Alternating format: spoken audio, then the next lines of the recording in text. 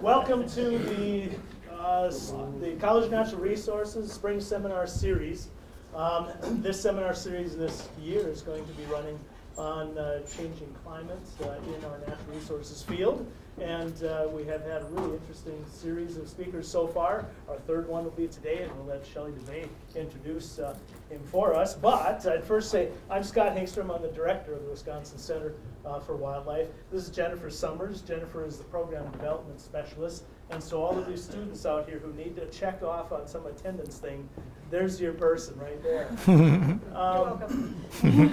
I was fascinated by the title of the presentation today, White Rabbit, White Rabbit, White Rabbit. It brought to mind one of my favorite recipes. This is a recipe out of the Tom Collins cookbook. This is a restaurant that used to be up in Walker, Minnesota. It's an old cookbook. And this is a recipe for elephants. All right? So this is a recipe for elephants. So it says ingredients, 1 elephant. The second ingredient is a truckload of carrots, a truckload of potatoes, 500 gallons of water, salt and pepper, and 2 rabbits. And it goes on to say, dice up the elephant in mouth-sized pieces, which takes about 2 to 3 weeks, depending upon how many people you have.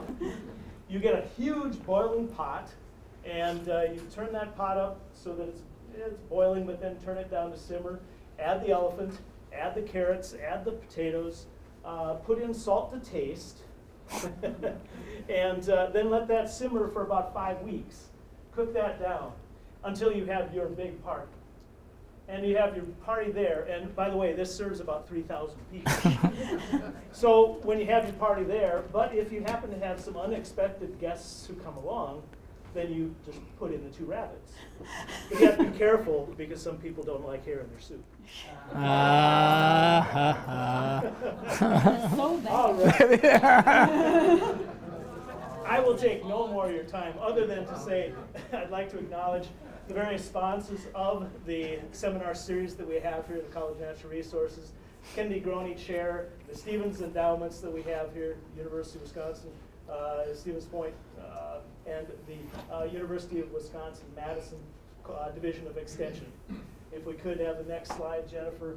We also recognize in public meetings, we are to recognize the Ho-Chunk people and the Menominee Nation for their lands were here, their ancestral lands. And you can read through this, but these are sacred lands of these indigenous people, and we wish to offer them respect for the space that we have here. With that, I'll ask Shelley to come up and introduce our speaker. Wow, this is just like the best day. John came to my office a little earlier, and we were able to catch up for a little while. My association with Dr. Pauli goes back 2 decades. We've known each other since I think we were both babies. Maybe he was still in the sandbox, obviously. John was my first undergrad research student at UW-Stevens Point. And so the bar was set so high right out of the gate, and all of our lovely students in here have taken that and ran with it. There's very few days in your life, right, when you get to be so excited because you're introducing somebody who has helped you become who you are today, and that's essentially what John has done for me as a 28-year-old who'd never mentored a student of my own. And now, 20 years later, I get to introduce him, and I couldn't be happier about it. I used to call him my star. He would show up in my office, and I'd say, "How's my star today?" And he'd be like, "Oh God, like, are we gonna have to do this again?" I was like, every day we're gonna do this. And I was right, I have to say, because look at all the stuff that you've done in the last 20 years. He is a star, and he will share with you why that is now. So with that, I'll let Dr. Wow. Well, thank you, Shelley, very much. That was really, really generous. I have a loud voice. Hopefully I won't blow you guys out here. Well, Shelley, I would just add to that my experience here was tremendous as an undergraduate. It was really structured how I think about the natural world. Working with Shelley really positioned me extremely well for graduate school, where I went out west. I followed in her footstep. I even went to her alma mater at the University of Wyoming for my PhD. By design. Yeah, that was by design. So my experience here at Stevens Point was great. So I'm delighted to be here. I'm so excited Shelley got to provide an introduction for me today. I give seminars all over the country all the time. I am nervous today. Like, I have to admit, it is really nerve-wracking coming back to your old school. I feel like I'm gonna have a quiz at the end of this. I always find it helpful whenever I give a lecture elsewhere is to provide a little bit of background on the work that I do. I think it's really helpful for an audience to understand where someone is coming from and to potentially contextualize the talk that follows. Are you guys hearing a feedback or no? It's just the echo I'm getting up here? Okay, thanks. So I'm gonna just take a couple of minutes and share with you guys some of my research interests and some of our questions. And I hope then that'll give you a little bit of perspective on how we ask questions in my lab group, the sort of questions we ask, how we answer them, and I think that will lay the stage for my talk that follows. So generally speaking, we are wildlife ecologists. We study terrestrial vertebrate communities and populations. We're really interested in how organisms interact with one another, how that can structure their population dynamics, and how those can structure communities and community dynamics as well. I came from Stevens Point. I'm at a land-grant institution in Wisconsin. What we do reaches the state border and beyond. So it's really important to me and my lab group that our work is not just really great ecology, which I like to think we do, but also really applicable, that it actually can inform management and conservation in really beneficial ways. So some of the specific questions that my lab group and I work on center around things like dispersal ecology. We're interested in how animals disperse across the landscape. Dispersal is a fascinating process because it obviously has really important implications for the individual. It can make or break that organism at that moment. It can disperse into a new place and flourish, or it can disperse and die, and that's the end of the road for that individual. But it also is really relevant at a population level. Indeed, dispersal, the connection of populations, the structure of metapopulations can frame whether populations and even communities persist in altered landscapes. I always show this picture of a sloth, a species that I study in Central America, because contrary to general opinion, these guys do disperse. It is true. And actually, dispersal is really important. Dispersal across agroecosystems is one of the reasons why the two-toed sloth is so abundant throughout Costa Rica and Nicaragua. We study predators, how predators kill and consume prey and how that structures prey populations. We all know about the game of cat and mouse that plays out in natural systems, and of course predators, lynx and hares, predators structuring prey populations. But what we often don't recognize is the indirect or non-lethal effects of predators. Simply by being present on the landscape, predators can shape prey behavior. They can shape prey physiology. And actually, in some cases, those indirect, those non-lethal effects of predators can be more important than the lethal ones. And I always use a picture of people to remind myself to say that when we go out and hunt, we can induce those non-lethal effects too. Humans searching for their quarry can also induce these non-lethal effects in their prey populations. Really interested in exotic species, new species crossing historic barriers into novel places, and how that shapes their ecology and evolution, but how these exotic, non-native species have a disproportionate effect on communities and can completely rearrange their structure. We love foraging ecology. Love, love, love it. We like to understand how an organism acquiring energy and nutrition can have an altered individual state, how those altered individual states then can structure population dynamics as well. And we do a lot of this work in the backdrop of winter. I'm so glad it's like in the single digits right now. This will totally frame my whole talk today. Winter's a fascinating season. It's a season of energetic deficits. It's a season of resource limitation. So organisms need to find really unique ways to make a living. But it's also fascinating from an ecological perspective is that at least regionally, it is the season that is changing most rapidly. We're seeing rapid alteration to what winter looks like in the last few decades. And so understanding how these ecological processes play out in the winter season, one that is changing quickly, has really become a focus of much of my work back here in Wisconsin. And we approach these questions with a whole bunch of different techniques. Me looking pretty Paul Bunyan-esque here, using catch, collar, and follow, right? Going out, capturing animals, finding out what they do, where they go, how they live, how they die. But we also utilize non-invasive genetic-based approaches quite a bit in my lab, developing techniques to understand these populations in non-invasive ways by simply collecting tissue samples or even environmental DNA from organisms, or using stable isotopes, different variations of elements to understand how nutrients flow through a system or the physiology of an organism. So the title of my talk today, White Rabbit, White Rabbit, White Rabbit, was not just a setup for Scott's joke today. It does really sit at the center of a lot of our interests, a lot of the work that me and my lab group do at UW-Madison. When I give this talk in other places, I feel like I need to describe what this comes from, but I'm in Wisconsin, so I'm back home. I feel like most people have heard this sitting around a campfire. How many people have said white rabbit sitting around a campfire before? Oh, this is not nearly as many as people as I thought. Does somebody want to explain this weird regional tradition we have here? Have you done this show? Yeah, I have. What's this Smoke is tradition? coming towards you Yep. at a campfire. Yep. You're supposed to say white rabbit, and Totally. the smoke will go away from you. Absolutely. It's magical. I'm sure that it's scientifically proven. It's 100%. 100% of the time, it works about 10% of the time. It's an old tradition that when you're sitting around a campfire, smoke blows in your eyes, you say this, white rabbit, white rabbit, white rabbit, repeatedly. I learned this when we moved here to Wisconsin when I was a little kid, and I thought it was the strangest tradition I've ever seen. The idea is it's supposed to somehow shift the smoke away from your eyes.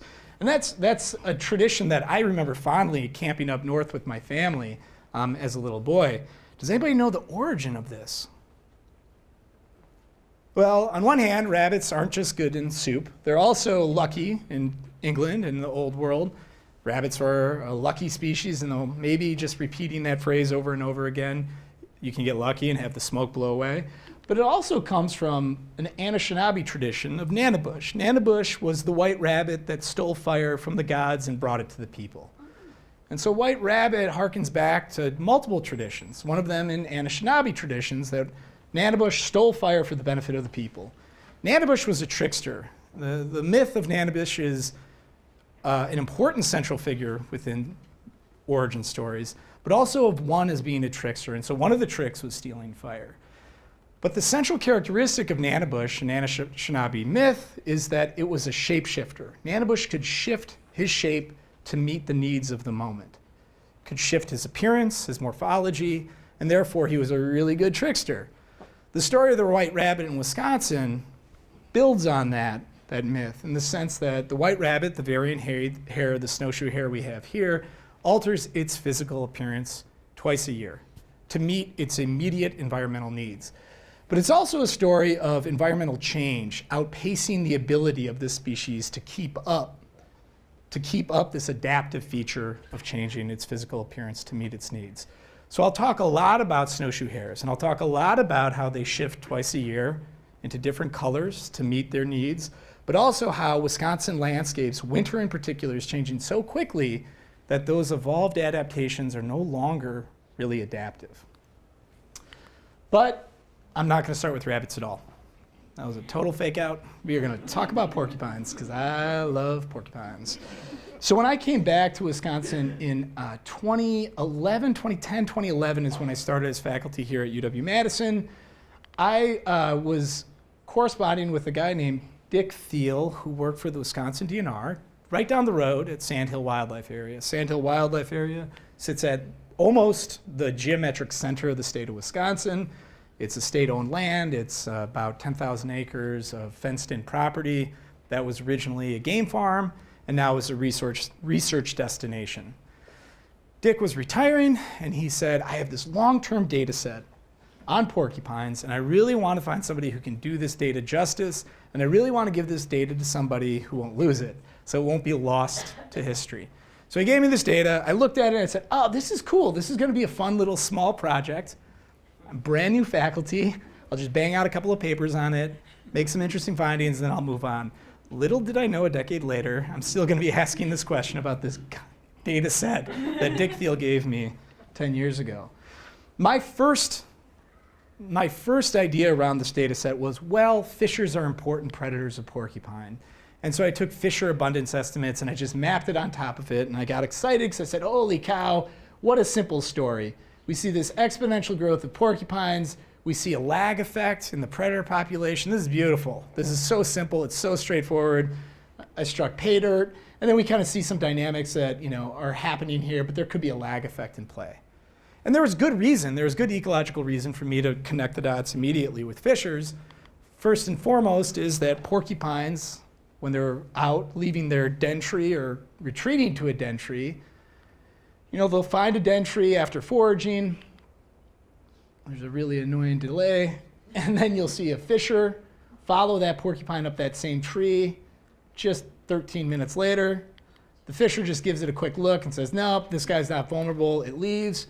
And then a couple hours later, the porcupine then descends back down the tree and leaves, right? So there is this game of cat and mouse that's playing out between fishers and porcupines. But the porcupine always isn't so lucky. Fishers have evolved a really unique way to be able to kill porcupines. They're actually the only predator that really can do that effectively. It's quill avoidance. Porcupines have 30,000 quills on their body, and they're heavily quilled on their back and not so heavily quilled on their front. Fishers, though, are brilliant. They figured out a way how to kill a porcupine. They bite the face of the porcupine until it bleeds a lot, it goes into shock. Then they roll the porcupine onto its back, and they kind of eat it from the soft end to the spiky end. They eat it from the belly to the back, and then they leave this cape in the forest. If you've ever seen one of these, this is a fisher depredation of a porcupine in the woods. It's avoiding the quills to kill the porcupine. They're the only critter around here that knows how to do that. So that linkage is pretty strong, right? The behavior of the predator matches the vulnerability of the prey, and therefore those two things seem pretty straightforward to be linked. And what's really interesting is that porcupines know this, and they actually behave in a way to avoid predation, which is super interesting and was a lot of fun to uncover. That is to say, if we map all the kills of porcupines, all the porcupine deaths that occurred in Sandhill Wildlife Area, and we create this kind of like concentric rings of death, right? Right in the middle here is just a death zone. This is where all the porcupines are being killed. You move outside of it, the rate of kills declined as you move away. And we can map that, but then what's more interesting is we can look at porcupine paths in the snow and GPS them and look at their length and their sinuosity. How linear are they, or how curly-cued are they, which is indicative of how much fear they're experiencing on the landscape. And we can compare how long they are, how sinuous they are in this death zone to outside this death zone. And what we see is both things like length and sinuosity decrease the riskier it is. So porcupines, although they're just dumb rodents with quills, actually, I know, I'm sorry, Shelley. Although just dumb rodents with quills, they actually perceive this risk on the landscape, and they adapt to it, and they behave to try and avoid fisher predation.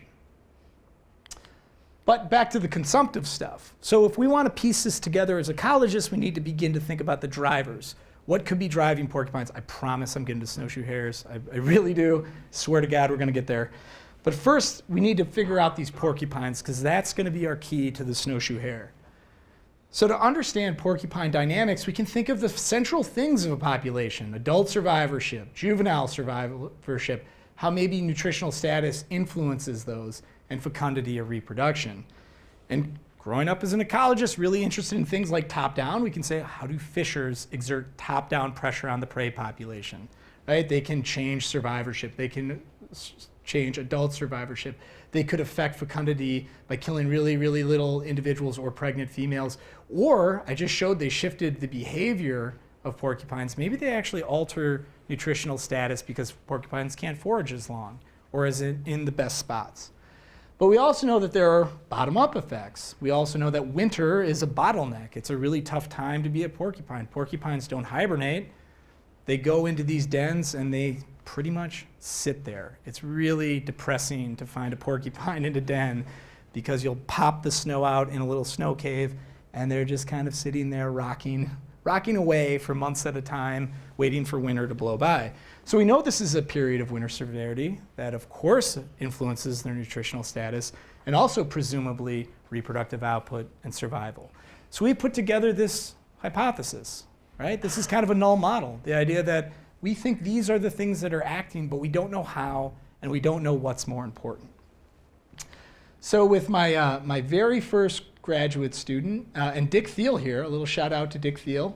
My very first graduate student and I, John Pokalis, I once heard a faculty say that graduate students are like pancakes. The first batch is either a little burned or a little undercooked, but no matter what I did to poor John Pokalis, he turned out just right. And we trapped porcupines, we radio collared all the adult females, and we tracked their fate through time. And then we identified, the word of the day, porcupets. You're welcome. Porcupets. We then monitored who gave birth, how often, and what was the fate of those porcupets, those baby porcupines. And we did that for a few years, and we pieced that together to understand what these demography of the species are. Again, in this framework of how do fishers influence it, and then how does winter severity influence it? Well, the first thing we found was, like I said, it's really tough to be a porcupine in winter. During the winter, adult porcupines lose about 13 grams per day. That doesn't sound that fascinating, but when you actually kind of think about it, that translates to a total loss of about 1 kg. That's 17% of their body mass on average is what they lose in winter. I'm about 150 pounds. I'm about $1.50. 17%. That's like me dropping 25 pounds. Now, maybe I got a little bit of weight I could shed, but if you saw me 25 pounds lighter, people would be saying that I need to eat a whole hell of a lot more. It's a tremendous transformation in their body. They're starving. They're starving at the end of winter. So winter seems important, and we can actually measure starvation. We can look at things like urea, nitrogen, and creatinine because they're herbivores, they don't eat meat. If you see a spike in urea creatinine, that means that they're actually catabolizing protein stores. They've gone through their lipid stores, they're catabolizing protein, right? Starvation, they're in starvation. They are burning protein to make it through winter. And we see this spike right around April. Urea, nitrogen spikes in April. They're starving at the end. They're waiting for green up. They're starving on the hoof, and they're just waiting for green up to come. And that really plays out in our adult survivorship modeling. If we look at porcupine survival, 1 means they're living, and living is easy in November. Adult survival, as you move through weeks to April, you see these adults start to die, one at a time or in little bunches. Once they start hitting March and April, porcupines are either starving to death or being killed by predators because they're taking greater risk in winter to get to that forage that they so desperately need. But if you get through to the other end, if you get to May, it is milk and honey out there for a porcupine. Life is good. Survival, 1. I didn't make this data up. This is straight up, honest to God, 1. Everybody we track lives. You get through that pinch point, life is good again. You have all these quills. You have 30,000 quills. What's going to get you? A fisher once in a while. You can avoid them for the most part. And if we take that whole data set, going back to Dick Thiel, 1996 to 2013 when we did this analysis, we see the same thing play out with a much broader pool in a capture-recapture framework. That is to say that when fisher abundances go up, an NAO index, which is snow, how much snow we have, we see adult survivorship goes down. So it's the influence of both predators and winter severity that drive these really low survival rates in porcupines. So you need both when you're an adult porcupine. Cold winters and predators, and that's when you die as an adult porcupine. If you pull off on one, it gets better. If you pull off on both, life is really good. That's adult porcupines. So keep that in the back of your head. Predators in winter, not good for adults. Juveniles, porcupets, right? They're so adorable. Porcupets are adorable. And they got an adorable name. Well, I'm sorry to tell you, it's a thresher out there for porcupines. Life ain't easy. You hit the ground. This is during the time of milk and honey. Just remember that. This is May through October, where no adults are dying. This is the juvenile survival curve. Death, some more death, some more, much more death, a little bit more death, a little. It's death all the way through. Porcupines hit the ground. Their quills haven't hardened. They're really vulnerable. Mama porcupine kind of sucks. She comes back once in a while and gives a little bit of milk, and that's about it. It is just a thresher out there for porcupines. They're born to be eaten, essentially. So what does this mean then in terms of this idea of predation? I just said that predation can shift adult survivorship, but predation has really strong effects on juvenile porcupines, those baby porcupines. Well, fisher weren't always there. Think about that graph I showed you at the very beginning. There was a bunch of years where fishers weren't there. They were still repatriating their historic distribution across the state of Wisconsin. But then when they showed up, stuff started to change. Before Fisher, we see that about 68% of the population is adult, about 70% yearling, about 15% juvenile. That makes a lot of sense, right? It sucks to be a juvenile, so there's not a lot of them. Not a lot of them live. There's not a lot of yearlings. And then once you become an adult, you hang out in that age cohort. You live for a long time, and life is good. That's before Fishers. After Fishers showed up, we see that this skews even further, that this population now becomes 87% adults, 4% yearlings, 9% juveniles. Fishers have pushed this population into a geriatric ward. They're all very old. We have a 20-year-old porcupine stumbling around Sandhill Wildlife Area still. It's not reproductive. Hips aren't that good, blind as a bat, but it's living through. It's not reproducing. And all the young that it's been producing, virtually all the young that it's been producing, have been gobbled up by predators. So it's an old population that's hanging on by a thread that's not reproducing, right? This is what we worry about in places like Europe, that we get flipped upside down, and now we have a really old population and not much filling in the rears in terms of juveniles. I got a question for you. Similar studies have been done with bears like this. You could Sure. talk about bears in relation to this also? No, I won't be getting into bears. I know, but the same type of study is being done for bears. Okay, that might be. All right? Not that I'm doing. You want to fund me? I'll take it. Okay, so we see the shift in age structure. We can do some fancy modeling. I like matrix models. I like demographic modeling a lot. What we can do is we can take all that stuff, the vital rates, the age structure, we can put them into an informed demographic model, and we can project it forward. And we can begin to say, where is this population going? Now, there's a lot of uncertainty around these, but we can get a sense of where these populations going. Without fishers, if I just say, I don't want fishers on the landscape, that's the beauty of modeling, right? I can say like, boom, fishers are gone. I can just get rid of them and say there are no fishers. What happens to this population if I project it forward? Well, if I project it forward 10 years, you'll see that the ending population size is kind of big for Sandhill. 60 adult females in this population, half the simulations. Same thing with 25 years and 50 years, is that I can begin to estimate what the ending population size is if I project this population forward without fishers. The long end of it is, it's pretty good. Porcupines are going to hang on. They're going to persist on this landscape without fishers. Now, because I'm simulating, I add fishers, and I add that effect on adult survivorship, and I add that effect on juvenile porcupine mortality, I can do the same game, and I come to a very different conclusion. I say, 10 years from now, they're going to be a really small population size, 50% of the simulations, right? That's an easy cutoff. And everything else is just going to be no populations. So in the presence of fisher then, that effect that they have, especially on recruitment, is driving this population to local extirpation. It's very unlikely that porcupines are going to hang out. Given the vital rates that we've seen, they're going to hang out in central Wisconsin, at least within Sandhill in the foreseeable future. They're very likely to go away. So if we go back to that null hypothesis that I set up at the beginning, we can begin to piece these questions together. I can say, well, winter severity really didn't affect fecundity, that is how many porcupines were giving birth, It didn't really affect juvenile survivorship. No juveniles made it to winter, so it didn't really affect juvenile survivorship. It did have this effect on nutritional status, which did seem to affect adult survivorship. And fishers, on the other hand, had really important effect on juvenile survivorship and really important effects on adult survivorship.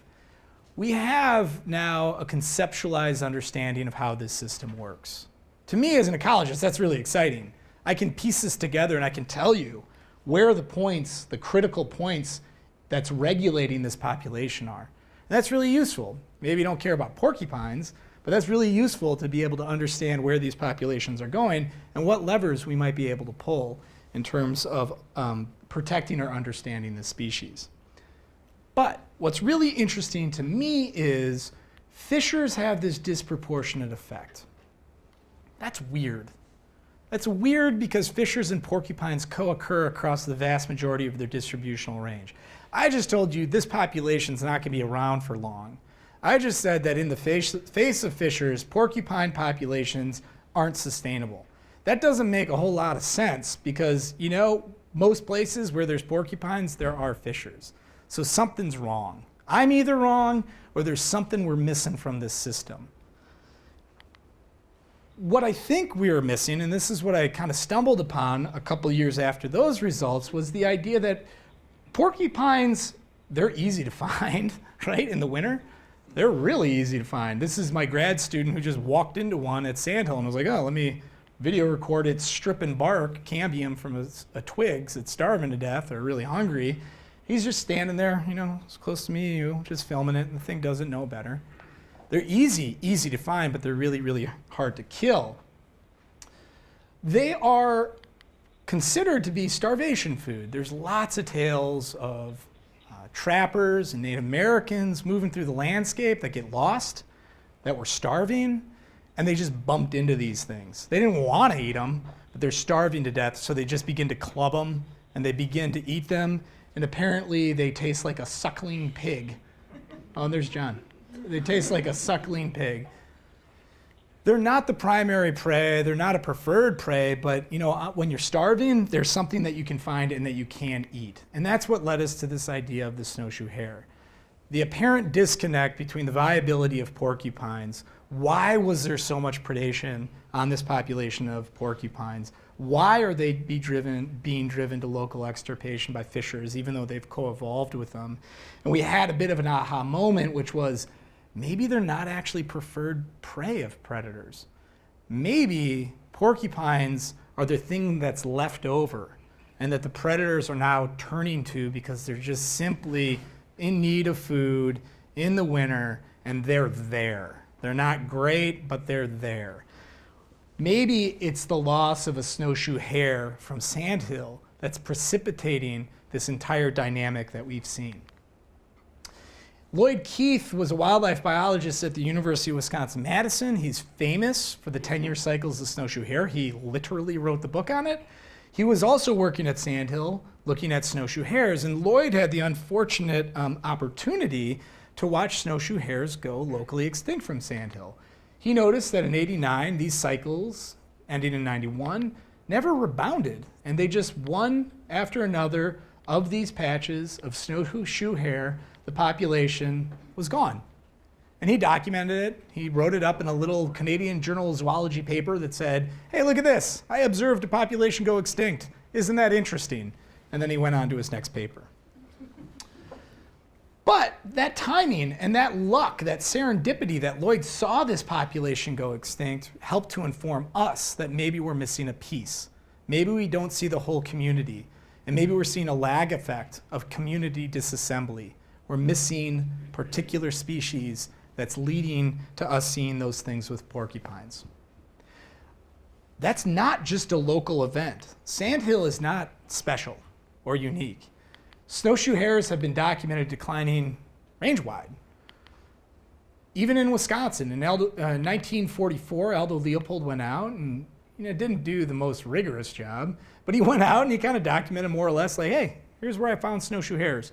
And boop, boop, boop, boop, boop, just kind of drew on a map. This is where I think they are. But it gives us a sense. It's not the most quantitatively robust, but it's reliable. Lloyd Keith, the guy who saw that population go extinct in Sandhill, he thought, well, you know, it's been about 35, 36 years. I might as well go back out there and kind of understand whether this has changed at all from the 1940s to 1979, 1980. And he did the same thing. He went out there with a student, David Bueller, and they mapped the distribution of snowshoe hares in Wisconsin. And they put together this little map that shows, like, you know, along that southern range boundary, this population seems to be shrinking. They seem to be retreating northward. But this was 1979, 1980. They didn't think a whole lot about it. They just said, this is interesting. There seems to be some kind of fluctuation in the range boundary of snowshoe hares across the state of Wisconsin. Again, a little paper that Lloyd wrote up, and an interesting comparison of the contraction of the southern range. What we're beginning to know now is that it's not just in Wisconsin. This is across all of North America, where snowshoe hares, as I said at the very beginning, they molt. They're brown in the summer. They turn white in the fall to match the white background in the winter to avoid predation. And then they turn brown again in the spring to match that brown background. They have, along with 21 other species of mammals, they go through this molt cycle where they turn brown to white to match that, to reduce, presumably, predation. And what Scott Mills has done out at Montana is he's shown these periods where we have snow cover and where we have snow free and where these color mismatches occur, where we have either brown hares on white backgrounds or white hares on white backgrounds. And this is in the recent past. There's always been a little bit of mismatch because solar radiation, it's the amount of sun exposure is what triggers molt. But the molt dependency, the benefit of the molt is matching the snow. So in general, the amount of sun should tell you when you're going to have snow, but it's not perfect. So there's always been some mismatch. But in the era of climate change, what we're seeing is that the shoulder seasons, now, November, December, March, we're seeing snow rapidly erode. Wisconsin winters are 3 weeks shorter than they were 50 years ago, 3 weeks shorter already. And we're seeing then this mismatch, this period of white snowshoe hares on brown backgrounds emerging. They're becoming more and more common. The entire adaptation around molting is to blend in, be white on white. And now we have light bulbs running around the woods trying to evade predation. So with Ben Zuckerberg, who was here 2 weeks ago, 3 weeks ago, 2 weeks ago, something like that, and a grad student, Sean Soltaire, we started, and we went back, we're totally unoriginal, we just went back to David Bueller's stuff and Lloyd Keith's stuff, and we said, hey, well, let's remap it. That sounds good. So we went to 151 sites, and we identified whether those, that they surveyed, whether they had snowshoe hares. Sorry, we went to 126 of the 151 they surveyed, and we only found snowshoe hares at 28 of them. A dramatic decline in occupancy of snowshoe hares. So then we went to 21 of them where they didn't find snowshoe hares, and we only found them at one of those sites. So then we said, okay, maybe we're missing the range. Maybe the range has shifted northward. So we went to 64 new sites further north. And we found snowshoe hares at 22 of those. We did this in an occupancy modeling framework, which just means we just repeated the visits about 69 times. If you look at that median range contraction, we see that on average they have shifted 30 kilometers north, which is about 8.5 kilometers per decade, which is not unheard of. The median range for northern poleward migration of species that have been documented is about 16 kilometers. So this is well within range, but we're showing now that this is continuing to happen. That northward progression from Leopold to Keith, we're seeing it now again from Keith to present day. We're seeing a poleward migration, southern populations going extinct and moving northward, matching the environmental gradient. Now what's fun about occupancy models, not just we can look at the phenomenon and see what's happening, we can ask why. What are the drivers behind it? What's leading to snowshoe hares being reduced in distribution? And the first thing we can look at is the proportion of forest. We can look at the likelihood of a site being occupied by how much forest there is. And shocker, snowshoe hares like forest, so when there's more forest, there's more occupancy. And when there's less forest, those sites are more likely to go extinct. That makes a lot of sense. That's what people have shown for decades. But in Wisconsin, what we actually see is the distribution, historical to contemporary, of the proportion of forest hasn't changed much, frankly, from Lloyd Keith's day to our day. Forest cover really hasn't changed that much in Wisconsin. Sure, what's forested is dynamic. How much hasn't changed a whole hell of a lot. What has changed, though, is snow. Snow has changed quite a bit from what historically snow cover duration, 125 days as a rough mode, has shifted to be much, much earlier. So we've seen a great reduction in snow cover. We can do the same game. What's the likelihood of site being occupied by snow cover duration? A sharp increase. What's the likelihood of extinction? A sharp decrease. Snow cover is a major driver behind whether snowshoe hares are present or not. We can take these models then, and we can begin to actually look at what historically they look like in a form sense. This is our best guess historically of what snowshoe hares occupied the state. This is a best guess mid-century of what snowshoe hares, where they occurred throughout Wisconsin. This is where they occur now. We can play with snow. We can look at projections of what's going to continue happen in terms of shortening snow winter seasons in Wisconsin, and we can push those forward, and we can look at if we just held it constant, what would this distribution look like? Very similar to current day. What happens if we played with that climate change scenario? You can see that the change in snow really drives this population. This is getting up past Wausau in terms of a southern distribution of snowshoe hares. That's a dramatic change from what the historical distribution of snowshoe hares, 2/3 of the state, to a much, much smaller distribution across a fourth of the state. We predict that snowshoe hares will continue to march northward towards the very northern end of Wisconsin. I told you this would relate back to porcupines, and I need to fulfill my promise. Porcupines, then. Over 22 species of vertebrates are known, mammals are known to cycle with hares. Snowshoe hares, historically in Wisconsin, did cycle. Up until around the 1950s in central Wisconsin, right around here, snowshoe hares populations underwent that 10-year cycle. That was documented. Lloyd Keith wrote it up in his book, The 10-Year Cycle of Snowshoe Hares.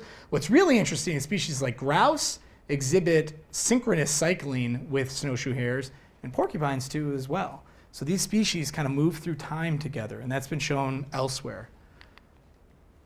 Hare cycling began to erode in the 1950s throughout much of their distributions. They don't really cycle in Wisconsin. That's history. There's still some cyclical dynamics, but they're not like up in the Yukon or even in southern Canada. They don't exhibit those big cycles like they used to. These cycles have been eroding for decades. What we see is that these cycles now are eroding for these other species. Grouse used to cycle too. They don't really cycle. Actually, in the southern and central distribution of grouse in the state, they don't cycle at all. In northern edges of the state, they still exhibit some cyclic dynamics, but in most of the state, they don't cycle at all anymore. And in central Wisconsin, these species have gone extinct or have been at least locally driven to very low densities. And so this is our hypothetical of what we think have been happening through time in central Wisconsin. Historically, these things cycled because of loss of snow cover. Snowshoe hares no longer cycle, and therefore we see all this predation being focused on these other species, and we're seeing the erosion of cyclic dynamics. We had the brilliant idea of what if we just somehow experimentally induced cyclic dynamics? Could we restore a system to historic norms briefly? Just briefly, not forever, but if we say just released a shitload of rabbits, could we somehow maybe get an uptick in these other species? Could we, if we release a bunch of rabbits, now I'll be polite, a bunch of rabbits, could we actually identify what's killing them and why they went extinct locally in the first place? I don't know how I did it, but I convinced two very intelligent professors at UW-Madison that this was a good idea. They believed me. I don't know. I'm very proud of myself for convincing them this was a good idea. And we came up with the best name-funded grant proposal of all time, Ecological Time Machine. I think that's what convinced Dr. Peary and Dr. Zuckerberg this was a good idea, was the name. The idea was if we went to Sandhill where they're extinct now. And we just went a little bit north towards Medford, the Medford district. There's some nice hemlock stands that still sit there. There's some thick snowshoe hare populations. If we just grabbed a bunch of bunnies out of the Medford district, which is just up the road, and we just dropped them down at Sandhill, could we temporarily see what happens? Like, can we do this? Like, I think that was our discussion at the bar. Like, is this for real? Can we do this? Is this legit? Yeah, it is. We got permits and everything. We were able to do it. And we did. We decided that we were going to take these bunnies and we were going to catch them up in Medford. There's a bunny in the back of the trap. We're going to put collars on every single individual. This is Evan Smith, a PhD student who's leading the work. We built enclosures at Sandhill so that we just wouldn't release these terrified bunnies to Sandhill. We'd release them into a pen and hold them for 2 days and then release them into the woods and have pulses rather than one bunny at a time. You know, a flow rather than a drip. So this is a bunny on the inside, a white on white snow, because we did it during the winter because we're not cruel. And then could we just track them through Sandhill throughout time? And so that's what Evan did, and he did a masterful job of it. We wanted to release 100 hares, and we wanted to watch those 100 hares over time. 100 hares actually hits the historic density of snowshoe hares on the property. It hits them at a mid-level peak of their historic cyclic dynamics. Can you see the snowshoe hare? A white, yeah, right? If you can't, go see an ophthalmologist. You can see him sitting right here, and you can see Evan pulling a very National Geographic pose, taking a picture of the snowshoe hare. So we also wanted to monitor what they looked like. How much did they match? How much did they mismatch? So we tracked I'm still young enough where I got to give the respect to the student, where I can't just take all the credit. He tracked all the snowshoe hares. I did not. Evan did a great job of tracking these snowshoe hares. And he took pictures through time, and he did that. So we have all these pictures, all these snowshoe hares over time, where you can track them. You can track them from the initial release. This thing's giving me fits. Oh, no, you're good, you're good. We can track them through time with white on white, white kind of on brown, white on brown for sure, that poor sucker. Brown to brown, brown to brown, brown, brown, brown, brown. Oops, death. So he followed them all the way through death, and he documented what the mismatch looked like at the time of death, right? Basically, my job as a wildlife ecologist is to study death. That's what I'm trying to convey to you today. There's a lot of death in this talk. So he tracked them through time, and he identified that. So what did he do? Well, first and foremost, Evan failed me. I told him to release 100 hares. He released 99. I fired him on the spot. He did a great job. We missed by one. I couldn't frickin' believe it. I mean, it really, scientifically, it doesn't matter. But I was like, really, dude? Like one? Like, do I need to go buy one from a store?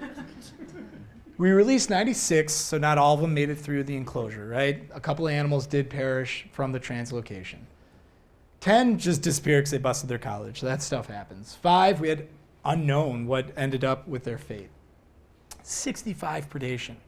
A lot of bunnies died. A lot of bunnies died making this movie. A lot of bunnies died for the sake of this study.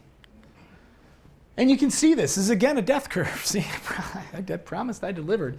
You can see that when we go through the staggered step is when they die, just like the porcupine graph that I showed before. What's really heartening, though, is that there are at least a couple of weeks where we had not much death.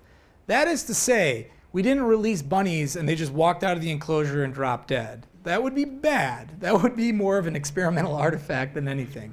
This is that we released bunnies and they lived for a few weeks. They lived for a couple weeks before they died. So it wasn't just, releasing hares literally into the mouths of predators. They hung on for a bit. They hung on for a bit and then they started to die, as kind of predicted. What killed them? Not just fishers. That was interesting to us. Coyotes and bobcats and fishers, not many raptors either. Some combination where we just know that they're a terrestrial carnivore. And then 32 cases of death where we couldn't ascribe it all. It was a mortality, it was a predation event, but we don't know what. Where we'd find this, right? What do you do with that? Like, I don't know, it's a bunny head. I mean, we can't really assign it to anything. But what we do a lot of in my lab is molecular genetics, where we can swab that carcass, the saliva of the predator, and then we can use genetic-based approaches to actually identify what species killed it based on the genetics of the sample. And that's what we're doing right now. So unfortunately, I don't have that for you, but we're doing right now. We can look at weekly survival. That's a very similar graph that I showed you before, but you can see that there's this moment in here where all the stuff is happening. And if we look at that just qualitatively, this is the period of snow duration, and once the snow bleeds off is where all the action is. That's where all the death is occurring, is the moment that snow goes. And then, so snow goes and they're mismatched, and then they turn brown, and voila, things stabilize again. This is not particularly quantitative, but it makes us think, holy cow, it could really be snow related. So we can do it in a more quantitative way. We can look at every individual that we released, and we can kind of do an overall mismatch index, and we can look over time on their weekly survival in a modeling framework for these individuals that we tracked. And what you can see is there is a lot more death. Weekly survival is very low when you're mismatched, but there's a lot of site level variation. So we can do this another way. We can look at individual, we can do these cohort time varying models. We can look at matched, white on white, mismatch, brown on white. We can see that these are very different estimates. Weekly survival is about 0.95 when you are matched. Weekly survival is about 0.7 when you're mismatched. There's a dramatic difference in risk. If you're mismatched, you are much more likely to die from predation than if you're matched. There's hope though. The hope is that if you look at what kind of forest they're living in, snowshoe hares, aspen alder patch size, so 0 hectares up to 20 hectares or 40 acres, more or less, we can look at matched individuals and mismatched individuals. And as we can see, matched individuals have higher survival. That survival increases as the bigger patch of early successional aspen alder increases. As I just told you, if you're mismatched, it's not good. But if you inhabit bigger and bigger patches of aspen alder, you actually begin to approach what a matched hare is. This is super exciting. Ecologists and conservation biologists like me have been saying all this shitty stuff about climate change for a while now. We very rarely give ways in which we can buffer it. What this result tells me is if your goal at Sandhill or neighboring sites is to promote snowshoe hares in the face of climate change, I just put together a wealth of information showing what's driving their extirpation. Now I'm saying I have an answer for you. If you want to maintain them, if you want to make survival of mismatched hares equivalent to the survival of matched hares, you want to overwhelm climate change, manage for early successional aspen alder in patches greater than 5 hectares. You can offset it. I'm giving you a tool. Now, maybe you don't want snowshoe hares. Maybe you want martins. Don't cut aspen alders if you want martins. But if you want snowshoe hares, I'm giving you a tool. Cut large patches of aspen alder. Early successional dog hair aspen, early young alder. That will offset those costs in the face of climate change. That's neat. Rarely do we get to do this in my discipline. We actually give a solution. We're super good at giving problems, like really good at it. We're like the doctor who diagnoses a terrible form of cancer without any solution. Now I'm saying, like, you know what, there's treatment. I got treatment for you. I can help. Like, it might not be the cure-all, but if you want snowshoe hares, here's one thing you can do. That was very exciting to us. All right, I'll just quickly, as I'm running out of time, go through this last set to piece together this habitat component. While we did this experiment, we also had cameras out. And what we wanted to know is what happened to what habitat types they were using before, after, during, and after the translocation. And so quickly, we just did contemporary occupancy, which is that modeling approach that I told you about before to look at what sites they were actually using, percent open habitat they really avoided, but more importantly, want to know when we released them, what predicted their colonization, and then when they went extinct again, because they did go extinct again, what predicted their extinction. So what we showed was, again, colonization when we release the snowshoe hares to sites to colonize, patch size, aspen alder. Patch size of aspen alder increased the colonization, and distance from release. That shouldn't be shocking. The closer you are to the place where we release them, the more likely they would be there. But aspen alder, we didn't find any evidence for snow. We didn't find any model support for snow. It was all aspen alder. Similarly, for extinction, we see that aspen alder and this index called IJI, which is interdispersion and juxtaposition, it's just forest heterogeneity. Let's just treat it as forest heterogeneity. That's what reduces extinction, patch size of aspen alder. So it's not just survival, it's also when you go out into the woods, where are we more likely to find them and where are they less likely to go extinct? Patch size of aspen alder is the driver. And we can even go back and look at Lloyd Keith when he watched those populations go extinct, and we can reconstruct the historic landscape, and we can model that. And what we see is that those final patches that Lloyd Keith were studying, those were in the places that actually had the lowest extinction rates. So we feel pretty good about our model. We can actually backcast and explain what Lloyd Keith was seeing and why. Patch size of aspen alder and forest heterogeneity. And we can move this forward and we can actually simulate management and we can recommend management. For sandhill, for example, we can vary the patch size cuts and the frequency of cuts. We can say, let's say cuts get bigger and let's say frequency gets more frequent. We can look at what's the likelihood of a population going extinct. We didn't see much of an effect. What's the likelihood of the population being colonized? And we see that as patch size, cut size increases, and frequency increases, the likelihood of snowshoe hare colonization increases. So now we can actually give property level recommendation to managers. Sandhill, you want to promote snowshoe hares? This is how you do it. Larger cuts, more frequent. That will promote snowshoe hares, again, if that's your ultimate goal. Okay, so what did we learn from the white rabbit in Wisconsin? We learned that northern mammals along these southern range boundaries in historically central Wisconsin, right around here, even well-defended ones like porcupines, the energetic benefits of milder winters are offset by more predation. We're just seeing more predation on these prey populations, especially in the form of novel predators in some instances. We see that increased predation of porcupine seems to be driven by the range contraction of snowshoe hares. We showed this regionally, we showed this locally. The southern range boundary of snowshoe hares was historically driven by forest loss, is now driven by snow loss. Winters are shorter, snowshoe hares are tracking snow.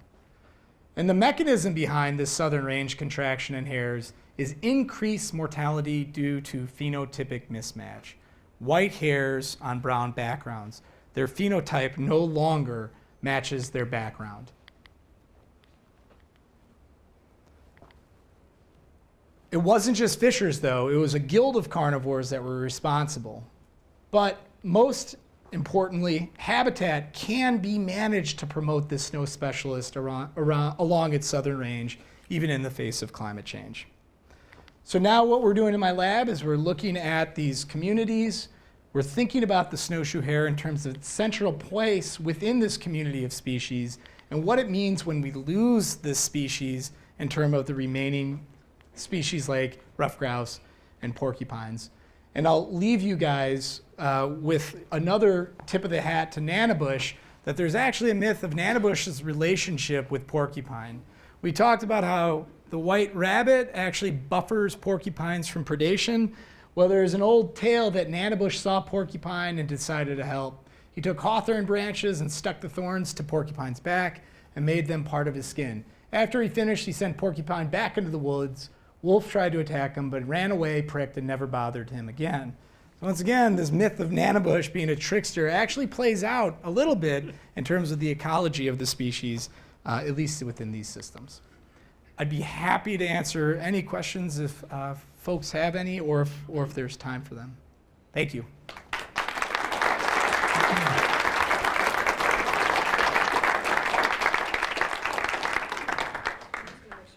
Yeah, for sure.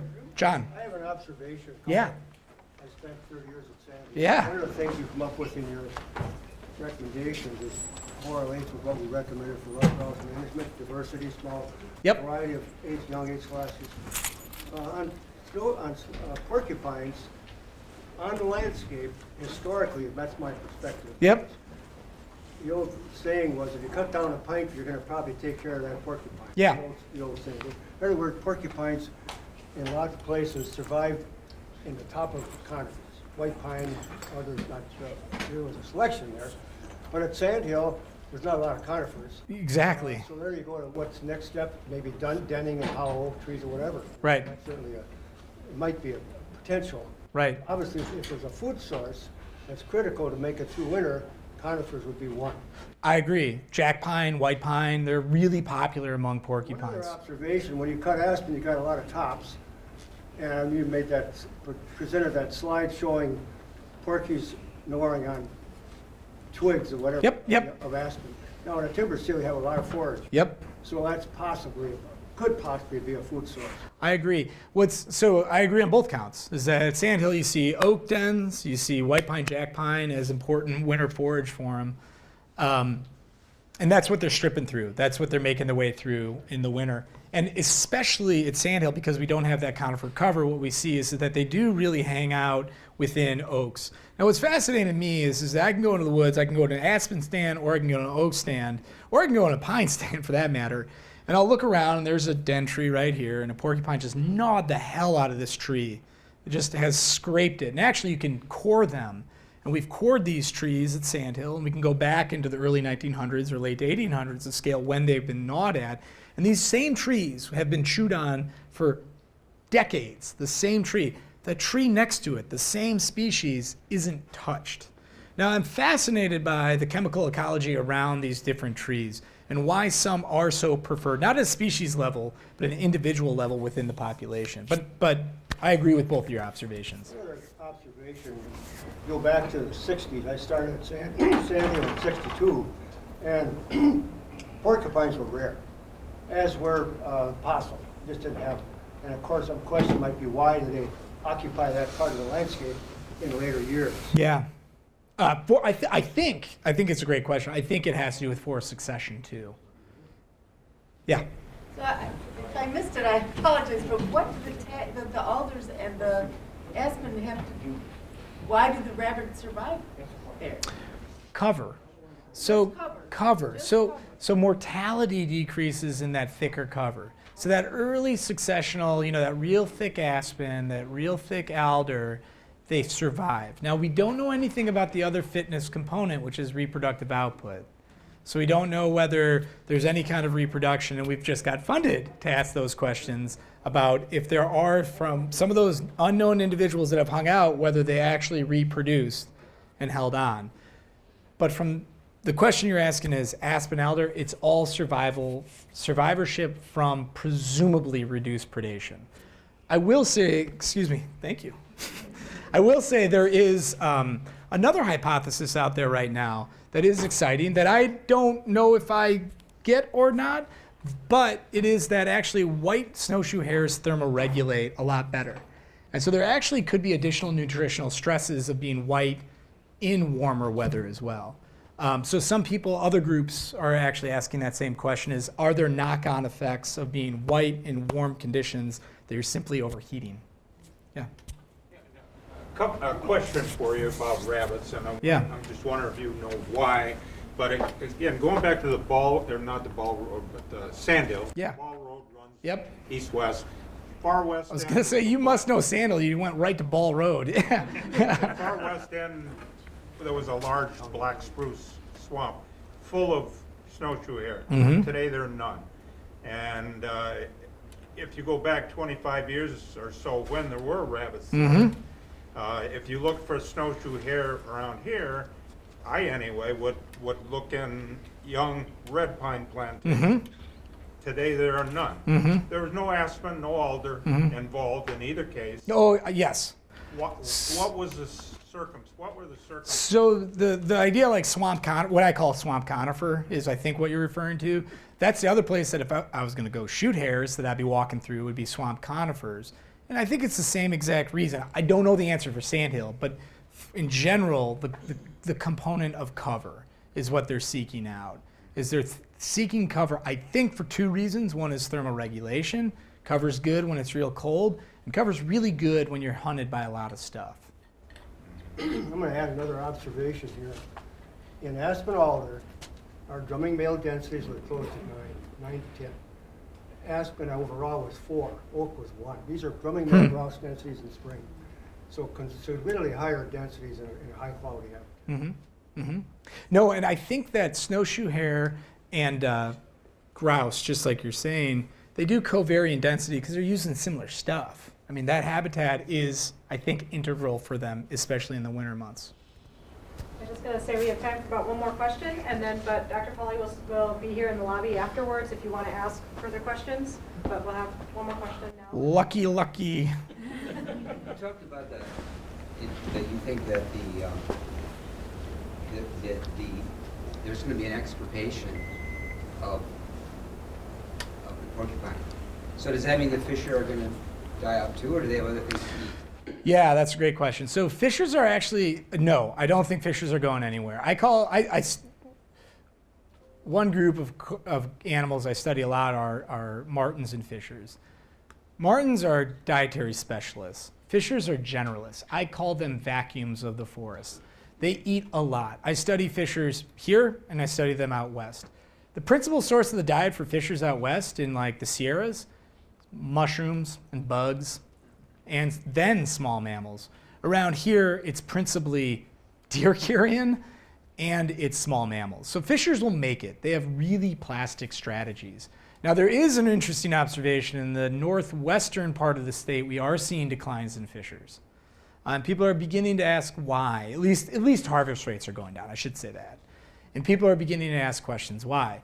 I would actually point to the historic distributions of fishers. If you go back to Schorger, who wrote the historic distributions of mammals in Wisconsin, you'll see that martens were up in the northern bit of the state. Fishers were actually through the central part of the state. So when we released fishers back in the 1950s up to the Porcupine Mountains into northern Wisconsin, we kind of missed the mark. Like we put them where they historically really weren't, which created a whole bunch of problems for when we then tried to reintroduce martens, the smaller of the two competing species, to the same place, which has been a big effort in my lab too, to study marten recolonization. Long story short, I don't think fishers are going anywhere. Well, thank you everyone for coming. Thank you.